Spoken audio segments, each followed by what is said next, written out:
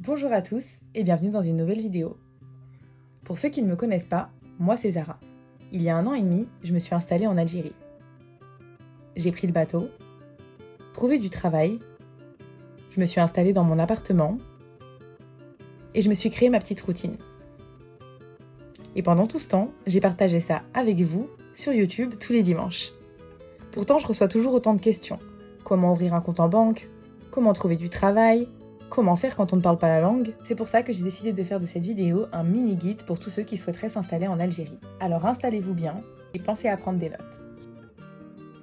Dans cette vidéo, je vais répondre à toutes les questions que je reçois. J'ai fait des recherches pour vous, je me suis servi de mon expérience personnelle et bienvenue dans le mini-guide pour s'installer en Algérie. Avant de commencer, est-ce que vous avez vu la beauté de mon maillot? Je pense que oui. Il est sublime. Il fait toujours 40 degrés, donc je tiens à m'excuser si déjà je suis luisante. Ensuite, si vous entendez la clim, mais j'habite sous les toits, donc je ne peux pas faire de vidéo. Là, ce que je suis en train de faire, c'est vraiment parce que je vous aime. Avant de commencer cette vidéo, petit disclaimer. Je vais donner mon avis et mon expérience en tant que femme qui habite seule. Je vais quand même essayer d'élargir parce que j'ai aussi fait des recherches si vous avez des enfants, si vous voulez les inscrire à l'école. Là où je sais qu'il va y avoir le plus de commentaires, ça va être sur l'argent et sur le budget. Tout va dépendre de votre style de vie et de votre façon de vivre, mais je vais quand même essayer de vous donner un petit budget. Comme d'habitude, je vous invite à me suivre sur mes autres réseaux et à laisser vos questions dans les commentaires. On pourra faire une deuxième vidéo parce que je suis sûre que même après cette vidéo, vous aurez encore plein de questions. La première question qui revient le plus souvent, comment et où trouver un logement? Combien ça coûte? Comment ça marche? Alors en Algérie, quand vous voulez louer, généralement les bails se font sur 1 an. Ça veut dire qu'avant d'entrer dans l'appartement, vous devez verser 1 an de loyer. Ce qui complique la vie pour les personnes qui veulent tenter des petites choses, venir pendant 2 mois, venir pendant 3 mois. Pour ceux qui me suivent, vous savez que moi, j'ai la chance, l'extrême privilège, merci papa, Allah yarhamou, de m'avoir laissé un appartement dont on est propriétaire avec mes frères et sœurs.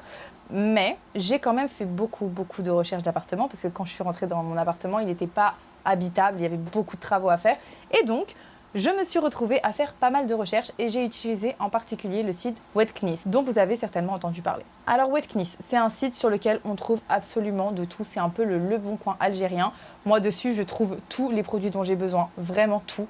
Le petit bémol avec Wetknis, souvent vous allez avoir des descriptions, il n'y a pas le nombre de chambres, il n'y a pas le prix, c'est très compliqué. Mais ce qu'il faut savoir, c'est que beaucoup des annonces qui sont postées sur Wetknis, si vous cliquez sur la personne qui a posté l'annonce, vous allez avoir accès à l'agence immobilière et à tous les appartements qu'ils ont en location. Moi, ce que je vous conseille, c'est de contacter directement les agents immobiliers via WhatsApp. Ils ont tous WhatsApp et ils répondent. Moi, ce que j'avais fait à l'époque, c'est que j'avais sélectionné des agences immobilières qui me paraissaient bien, qui avaient des appartements qui ressemblaient un peu à ce que je recherchais. J'ai contacté l'agent immobilier sur WhatsApp et je lui ai tout simplement envoyé un message. Vous listez vos critères, les lieux qui vous intéressent et ensuite c'est l'agent immobilier qui lui va se charger de vous faire visiter des appartements. Ça marche aussi beaucoup au bouche à oreille. Alors quand on arrive dans un pays et qu'on connaît personne, je sais que on se dit j'ai personne à qui demander, mais vraiment on est en Algérie et l'Algérie c'est vraiment le pays où même ton voisin va vouloir te donner un coup de main. Donc ne pas hésiter à parler, à dire aux gens autour de vous que vous recherchez un endroit, vous voulez vous loger, aux personnes de votre famille, aux gens que vous connaissez, utilisez les réseaux, utilisez Facebook surtout. Je sais que sur Facebook il y a beaucoup de groupes qui permettent de trouver aussi des appartements en location. En Algérie, le réseau social principal, c'est Facebook. Donc ça, c'est quand on contacte des agences immobilières. Vous pouvez aussi contacter directement les propriétaires quand un appartement vous plaît, parce qu'il y a quand même de belles annonces sur Wetknis. Moi, je suis pas allée jusqu'à la location, mais j'ai visité quand même 1 ou 2 appartements qui étaient franchement bien. En Algérie, on est en plein essor en fait de l'immobilier. On a des projets immobiliers qui poussent partout comme des champignons. Il y a vraiment plein de quartiers où les appartements sont complètement neufs. Donc n'hésitez pas à vous retourner vers les promotions immobilières, mais renseignez-vous bien avant. Maintenant, parlons des 2 questions qui reviennent le plus souvent. Est-ce que c'est facile de louer quand on est une femme?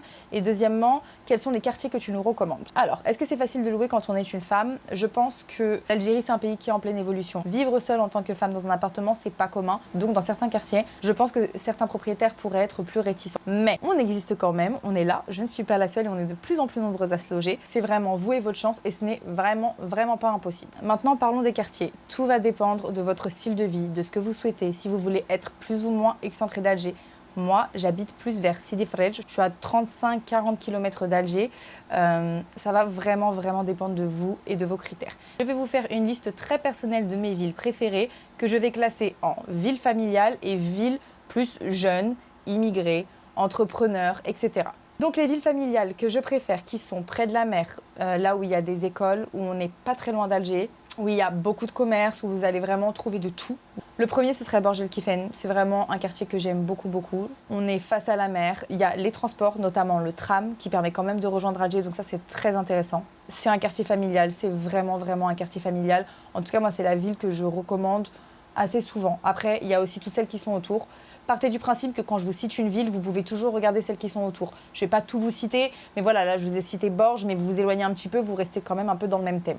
On s'éloigne un peu plus d'Alger. Zeralda, Stawali, Sidi Frej. Ces trois-là, pour moi, c'est des quartiers qui sont ultra familiaux. C'est vraiment des quartiers balnéaires. On est à 5 minutes de la plage pour tous. Vous avez des plages familiales très belles, très grandes, propres. Ça dépend de la période de l'année. Mais en tout cas, moi, c'est vraiment le genre de quartier que j'aurais recommandé à des gens qui ont des familles, qui veulent que leurs enfants profitent de la plage. On n'est pas vraiment en pleine ville, c'est-à-dire qu'il y a beaucoup de verdure. De toute façon, moi, j'habite dans ce côté-là. À chaque fois que je mets des photos, on me demande si j'habite à la campagne. On se dit jamais que j'habite à Alger, tellement c'est verdoyant autour de chez moi. Et c'est pour ça que j'aime trop la ville dans laquelle j'habite. Il faut savoir que quand je suis arrivée là-bas, donc moi je suis entre Sidi Frej et Stawali, je me suis dit non mais je suis perdue, c'est quoi ce coin perdu? Et en fait, comme je travaillais sur Alger, je passais des journées en ville avec les klaxons, la circulation, le bruit, parce que Alger est une ville magnifique avec une âme magnifique et qu'est-ce que ça me manque, j'ai trop hâte de rentrer.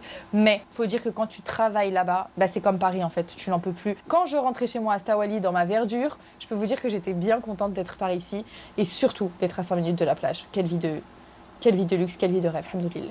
Donc vraiment, pour moi, ces quartiers, c'est vraiment les quartiers que je préfère. Si vous voulez plus vous rapprocher d'Alger, que je rajouterais Ben Aknoun dans les quartiers que j'aime bien et peut-être aussi Kouba. Mais après, ça va vraiment dépendre de vos goûts, de ce que vous souhaitez, de ce que vous recherchez, même en termes d'appartements récents, plus modernes, plus anciens. Donc voilà, là, je vous ai fait une petite liste. Maintenant, passons aux personnes qui me ressembleraient peu plus, c'est-à-dire qui seraient peut-être des hommes ou femmes seuls, assez jeunes, qui entreprennent, qui cherchent à pouvoir créer du réseau, du contact, qui adorent faire le tour des cafés. Chez Raga, autour c'est mieux, mais chez Raga, c'est partie vraiment de mes favoris. Si vous cherchez une ville qui bouge, c'est vraiment génial. Hidra, évidemment. Del Ibrahim. Draria aussi, où j'ai travaillé là-bas, j'ai trouvé que c'était vraiment vraiment cool. D'ailleurs, je pense que si je me mets à chercher, ce sera peut-être par là. Et là, comme ça de tête, je citerai aussi Ouled Fayette, Bermorad Reis. J'aime bien aussi ce côté-là. Et là, vraiment, on se rapproche de plus en plus d'Alger. Je vous laisse regarder de toute façon sur la map et se faire des calculs. Ça va dépendre de où vous travaillez aussi. C'est quelque chose à prendre en compte parce que la circulation est quand même quelque chose qui prend une sacrée place, je trouve, dans l'énergie. Ça va dépendre de quand, ça va dépendre des périodes, mais c'est vrai qu'il y a quand même des moments où c'est quelque chose qu'il faut prendre en compte dans vos trajets. Parlons des prix, j'allais oublier. Là, les prix, ça va complètement varier de ce que vous recherchez. Donc, on va partir sur un T2. Donc, un T2 en Algérie, disons que les prix devraient commencer, je vous fais le calcul direct en euros, entre 120 et 150 euros. Je pense que c'est le minimum. Donc, voilà, 150 euros, 200 euros si vous avez des petites choses en plus comme une place de parking. Et là, par contre, vous allez forcément augmenter les prix quand vous allez aller dans les quartiers dont je vous ai parlé, qui sont un peu plus huppés. Le soir, c'est ouvert, il y a de l'animation.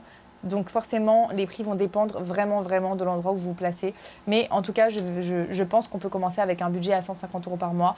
C'est ça, 25 000, 30 000, 40 000 dinars. Voilà, ça peut tourner dans ces eaux-là. En tout cas, moi, je sais que mon appartement que je voulais mettre en location, on m'avait dit autour des 35 000. Et moi, j'ai quand même un T3, ok. Mais il est dans un état qui faisait que je me suis dit que j'allais pas le mettre à louer parce que je respecte les gens et que je ne fais pas vivre aux gens les choses que je vis moi-même en vivant dans un appartement insalubre. Ça n'arrivera jamais. Mais en tout cas, sachez que je vais mettre mon appartement en location quand j'aurai fini de le retaper et on est déjà sur un bon début. J'ai trop hâte de rentrer. Je me concentre, on se concentre. Deuxième grande question, compte en banque, justificatif de domicile, certificat de résidence, comment on fait pour les démarches administratives? Que vous vouliez ouvrir un compte en banque, vous lancer en auto-entrepreneur, acheter, peu importe, on va vous demander une pièce d'identité algérienne délivrée en Algérie. Donc le passeport algérien qu'on vous a délivré en France, ça passe pas. Vous allez vous rendre dans votre mairie. À votre mairie, vous allez venir avec votre pièce d'identité algérienne et avec un justificatif de domicile. Ça peut être une facture d'eau, une facture d'électricité, un contrat de location ou quelque chose qui prouve que vous habitez en Algérie. Ces deux pièces-là sont très importantes. C'est le plus important en fait. Et généralement, des photos d'identité. Avec ces papiers-là, vous allez pouvoir faire un certificat de résidence et votre pièce d'identité. Il vous suffit de vous rendre à la mairie et c'est assez rapide. Le certificat de résidence, on vous fait sur le moment et la pièce d'identité, je crois que c'est même pas 10 jours avant de la recevoir. Une fois que vous avez cette pièce d'identité, on va pouvoir faire les choses les plus importantes comme ouvrir un compte en banque. On va parler du compte en banque algérien. Pour l'ouvrir, vous venez avec la pièce d'identité qui a été délivrée en Algérie, le certificat de résidence que vous aurez eu à la mairie aussi, vos photos d'identité. J'ai ouvert un compte en devise et un compte en euros, c'est-à-dire que j'ai un compte qui est coupé en deux parties, un compte sur lequel je peux toucher de l'euro et un compte sur lequel je peux toucher du dinar. Ça permet de pouvoir avoir les deux devises sur ton compte et de pouvoir faire des transferts, etc. Et ça, c'est un compte qui s'ouvre très facilement. Quand vous arrivez, on vous dit, vous voulez ouvrir un compte comment? Tu dis devises et euros et ça se fait. Je sais qu'en Algérie, on a la Société Générale. Moi, je sais que ma mère est là-bas. Et j'ai beaucoup entendu parler de la BNA. En vrai, je vous conseille vraiment d'aller, de vous renseigner. Il me semble que c'est quand même très intéressant pour faire des transferts d'argent. C'est peut-être plus rapide que avec d'autres banques. Je sais que faire des virements, par exemple, sur des comptes français, ça prend un temps fou depuis ces banques-là. Il y a encore beaucoup de choses qu'il faut qui se règlent dans les banques, si je peux me permettre. Par exemple, moi, je n'ai pas d'IBAN. Je n'ai pas d'IBAN comme on connaît, ce qui fait qu'en fait, je ne peux pas, quand je suis allée travailler en Algérie, à un moment, je voulais toucher de l'euro et je ne pouvais pas parce que je n'avais pas d'IBAN. On ne pouvait pas m'envoyer l'argent comme ça. Ça veut dire que soit il fallait qu'on me fasse un chèque, soit il fallait que mon patron qui voulait me payer se rende dans sa banque avec mon numéro de compte et qu'il le fasse à l'ancienne en notant le numéro de compte et là, il aurait pu me faire un virement. Ça, c'est un problème que j'ai rencontré dans ma banque, mais je sais qu'il y a d'autres personnes qui l'ont rencontré dans d'autres banques. Si jamais vous avez pu ouvrir un compte en Algérie et que vous avez un IBAN, un vrai IBAN avec le bon nombre de chiffres, parce qu'en fait en Algérie, celui qu'on nous délivre, il n'est pas assez long, il manque 2 chiffres. Donc si vous c'est le cas, je veux bien aussi votre avis. En fait, c'est une vidéo où on va s'entraider là, tous ensemble, ok? La troisième grande question qu'on me pose de plus, comment trouver du travail? Alors, je ne suis pas un exemple parce que c'est mes réseaux sociaux qui m'ont permis, comme je parle beaucoup de mon travail et que je disais que j'étais journaliste, j'ai pu être repérée. Donc, j'ai réussi à décrocher des postes grâce à ça. Et c'est vraiment du bouche à oreille, du réseautage. N'hésitez pas à me contacter. Il y a déjà des journalistes qui m'ont envoyé des messages, des filles un peu de mon âge qui voulaient des conseils. Je leur ai donné les contacts que j'avais. Et pareil, n'hésitez pas à me suivre sur les réseaux parce que quand je vois des annonces pour l'Algérie, généralement, je les partage. Sinon, je peux vous conseiller 2 sites. Évidemment, LinkedIn. Il y a pas mal de postes avec l'Institut français qui est basé à Alger. Donc, ça peut peut-être vous intéresser. Ensuite, Algérie Job. Donc, Algérie Job, j'ai pas souvent eu de réponse, mais ça peut quand même vous aider. Vous allez voir un peu les salaires, vous allez voir quelles sont les tâches, vous allez pouvoir voir si ça colle à vous. Et tout est rédigé en français, donc la langue française normalement. Mais moi, je vais vous donner mon exemple à moi. J'ai travaillé avec un média algérien où je leur ai dit que je parlais pas très bien, mais par contre, je comprends. Ça a été un vrai challenge. Bref, tout ça pour vous dire qu'il faut apprendre l'arabe. N'hésitez pas en fait, tentez, postulez, regardez, parlez, posez des questions. C'est le seul conseil que je peux vous donner. Maintenant, parlons du salaire. Est-ce qu'on peut vivre avec un salaire algérien et quel est le budget qu'il faudrait pour vivre? Là, c'est la question la plus compliquée à laquelle je ne sais pas comment je vais vous répondre. Le salaire moyen en Algérie, il tourne autour des 43 000 dinars. Ça fait à peu près 300 et quelques euros. C'est le salaire moyen, ok? Le SMIC, lui, il tourne autour de 120 euros, donc je dirais 20 000 dinars, quelque chose comme ça. Est-ce qu'on peut s'en sortir avec un salaire de 307 euros si on vit seul? Si tu déduis déjà un appartement à 120 ou 150 euros, je pense que déjà 150 euros pour le reste, c'est un peu tendu. Personnellement, ce n'était pas ce que je gagnais, mais moi, j'ai cumulé 2 boulots en même temps, plus une partie de salaire français que j'avais mis de côté avant de venir. Et je pense que c'est vraiment ce que je vais vous conseiller au maximum, c'est de mettre le plus d'euros possible de côté. Parce que c'est un privilège de fou, c'est une chance de fou qu'on ait de l'euro. Et forcément, ça vous donne un pouvoir d'achat de fou. Mais même si la vie est bien moins chère qu'en France, l'argent, ça part très vite. Tout va dépendre de ton mode de vie. Est-ce que tu loues une voiture? Est-ce que tu achètes une voiture? Est-ce que tu payes un appartement? Est-ce que tu as des enfants? Est-ce que tu manges beaucoup? Tu fais beaucoup de courses? Moi, par exemple, je mange pas beaucoup. Donc forcément, mon budget course, ça va quoi. Mais si tu nourris une famille nombreuse, ça sera pas la même chose. Je vais vous donner un minimum. En comptant le loyer, les factures d'eau, électricité, internet, donc en comptant tout ça, on est au moins sur 250 euros déjà, rien que ça. En prenant un loyer à 150 euros. Je dirais qu'avec 600 euros, et vous payez tout ça, les 250 euros, et que vous êtes seul, vous pouvez vous en sortir. Mais ça va dépendre de votre rythme de vie. Il y a eu une période en Algérie où j'avais que 400 euros. Mais j'avais pas de loyer à payer. C'était 400 euros juste pour ma voiture, pour mes frais. Mais là où je me retrouvais un peu cric-crac, c'est que j'ai des animaux et que ça me coûtait cher. Parce que j'avais beaucoup de frais vétérinaires et tout à cette période. Donc je me disais, 400 euros, c'est quand même un peu difficile.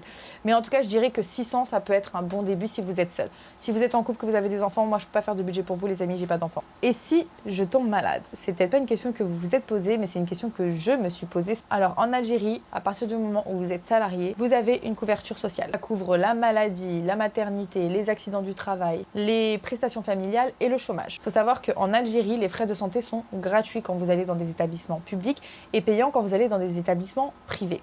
Lorsque vous êtes auto-entrepreneur, c'est la même chose. Je vais vous donner un exemple. La dernière fois que je suis allée dans une clinique privée en urgence parce que je fais de l'asthme et avec l'humidité, je respirais très mal.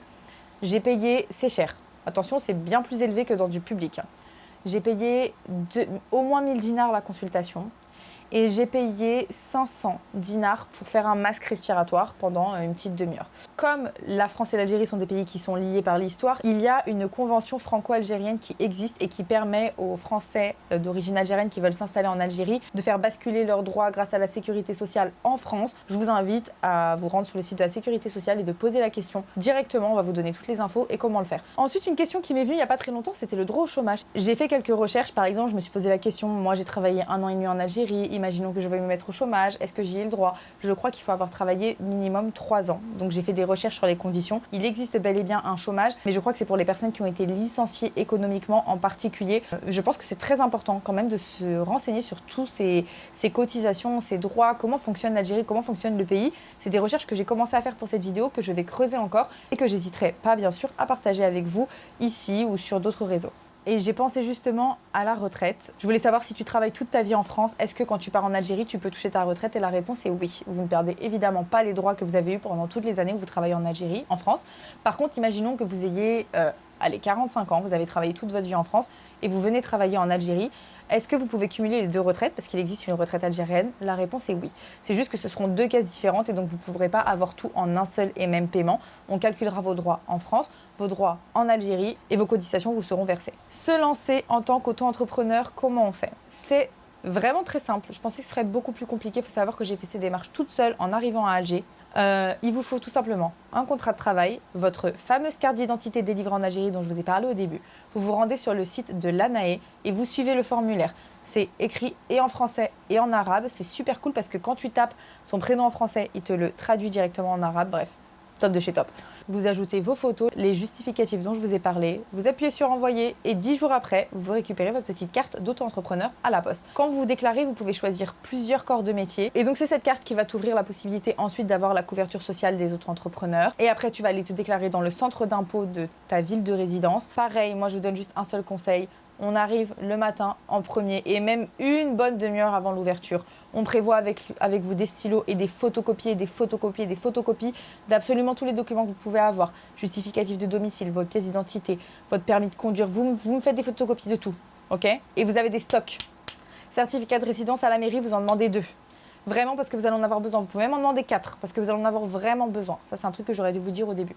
Dernière question, on arrive presque à la fin de cette vidéo. Est-ce qu'on fait un déménagement consulaire? À quoi ça sert? Est-ce que ça vaut le coup? Le déménagement consulaire, c'est aussi connu sous le nom de CCR, certificat de changement de résidence. Ça peut être très intéressant parce que ça te permet d'importer toutes tes affaires, tes effets personnels, ton déménagement, tout ce qu'il y a dans ta maison, ainsi qu'une voiture neuve sans payer de taxes de douane. Ça doit obligatoirement être un véhicule neuf. C'est pour ça que tout le monde me dit « Fais ton déménagement consulaire, tu pourras importer ta voiture ». Non, ma voiture est trop vieille. Donc déjà, on parlera peut-être après de la voiture. Est-ce qu'on a envie de parler de la voiture? Peut-être que si vous me découvrez sur cette vidéo, vous ne comprenez pas pourquoi est-ce que je réagis comme ça. Mais ma voiture, c'est le plus gros problème de ma vie depuis que je suis installée de là-bas. Je fais des allers-retours, on en parlera après. Mais je ne peux pas faire ce déménagement consulaire. Mais en tout cas, ça peut être très intéressant pour les familles, pour les gens qui ont beaucoup de choses à déménager. C'est un changement de résidence qui se fait auprès du consulat. Et pour bénéficier du déménagement consulaire, vous devez être immatriculé au consulat depuis au moins 3 ans. Ça veut dire que vous devez avoir une carte consulaire depuis au moins 3 ans. Renseignez-vous auprès du consulat algérien, c'est très simple à faire. Moi j'en ai une, ma mère en a une, tout le monde en a une dans ma famille. Et donc c'est très utile si vous voulez faire ce déménagement. Est-ce qu'on parle de la voiture? Je ne vais pas m'étaler parce que je pense qu'on en a tous marre d'entendre parler de ma voiture ici. Si vous voulez entrer en Algérie avec un véhicule, si votre véhicule a moins de 3 ans, vous pouvez l'importer en Algérie. Par contre, je crois que lorsque vous arrivez en Algérie, elle ne peut être mise au nom que d'une personne qui est résidente en Algérie, pas vous. Je ne sais pas pourquoi. Là, on arrive sur des choses que je ne comprends pas. Hein. Vous ne faudra pas me juger, moi-même je ne comprends pas trop les lois. Si votre voiture a plus de 3 ans, comme la mienne, elle ne peut rester sur le territoire algérien que pendant 6 mois dans l'année. C'est plus 6 mois, on sort la voiture en Tunisie, on rentre. Cette loi-là, elle n'existe plus. Ok. Maintenant, si tu veux pouvoir revenir avec ton véhicule en Algérie, je vais vous donner un exemple. Cette année, je suis rentrée en Algérie avec mon véhicule le 19 février 2026. Imaginons que ma voiture soit restée 6 mois depuis ce 19 février. Je ne peux rentrer en Algérie je ne peux revenir avec cette voiture en Algérie qu'à partir du 19 février 2027. La voiture ne peut rester que 6 mois sur le territoire. 6 mois en Algérie, 6 mois en France. Elle peut refaire 6 mois en Algérie. Vous avez compris? Cette loi est en train de me donner des ulcères, mais c'est pas grave. Acheter un véhicule en Algérie, ça peut être très intéressant si vous voulez acheter des voitures neuves. Moi, je vous conseille vraiment de regarder les chinoises. Pour ce qui est du marché de l'occasion, là, c'est un petit peu plus compliqué. Il faut être avec quelqu'un qui s'y connaît. Il y a beaucoup de vices cachés sur les véhicules. Ce sont beaucoup de très vieux véhicules. Vous pouvez trouver votre bonheur. Pour les prix, je ne peux pas vous dire, mais je sais que c'est beaucoup plus cher qu'en France. Comme il y a moins de modèles, parce que je crois que l'importation du marché de l'occasion est un peu fermée, ou je crois même qu'il n'y a pas d'importation de véhicules d'occasion, il n'y a que des importations de véhicules neufs, si je ne dis pas de bêtises. N'hésitez toujours pas à me reprendre. Donc vous pouvez regarder le marché de l'occasion, mais voilà, ça c'est le problème de ma vie, c'est que je n'ai pas les moyens pour l'instant d'acheter une voiture neuve en Algérie, et j'ai pas non plus les moyens d'acheter une voiture de moins de 3 ans. Donc je suis obligée pour l'instant de garder ma voiture que j'aime beaucoup, qui est parfaite pour l'Algérie, parce que moi je fais de la route, j'ai pris un SUV exprès pour ça. Mais bref, passons, donc je suis un peu tributaire de cette histoire de 6 mois. Mais là je commence à en avoir vraiment marre. Est-ce qu'on peut vivre sans voiture en Algérie? Ça va dépendre de votre rythme de vie. Si vous n'êtes pas quelqu'un qui sortait beaucoup, si vous habitez dans une ville où vous avez au moins le tram qui vous amène à Alger Centre, ok, peut-être, pourquoi pas. Sinon, je pense que non. Je vais répondre aux questions que vous m'avez envoyées sur Instagram, qui sont des questions qui sont un peu plus... Première question. Qu'est-ce qu'on peut faire en amont avant de venir en Algérie pendant nos premiers allers-retours? Moi, je pense que la première chose que je vous conseille de faire des recherches sur les quartiers qui pourraient vous intéresser et d'aller y passer une journée entière, du matin au soir. C'est important, je pense, parce que un quartier, ça vit avec la journée. Il y a des quartiers qui sont beaucoup plus calmes le soir, beaucoup plus animés, parfois qui sont un peu moins fréquentés. Moi, je sais que là où j'habite, c'est pas du tout la même chose quand je me balade la journée, quand je me balade la nuit. Donc ça, c'est le premier conseil que je vous donnerais si vous voulez vous installer. Alors, as-tu des recommandations sur les logements? Je l'ai fait. Un budget moyen pour y vivre? Je l'ai fait. Est-ce que la pratique de la langue au travail est nécessaire? Je souhaite travailler dans l'informatique. Même question pour le quotidien, paperasse, rendez-vous chez médecin, etc. Pour moi, c'est nécessaire. Mais à votre arrivée, c'est pas obligatoire. Vous vous en sortirez sans aucun souci parce qu'on parle français. L'Algérie est un pays qui a été colonisé, je vous ai pas besoin de vous faire l'histoire. La plupart des gens parlent français. Et si vous avez des petites bases, si vous pouvez caler des petits mots, même si vous les dites pas bien, même si vous les écorchez, c'est pas grave. Parce qu'en fait, l'important, c'est de montrer que vous faites un effort et ça change absolument tout. Moi, ça m'est arrivé peut-être, allez, ça fait combien de temps? 1 an et demi que je suis là-bas, à tout casser.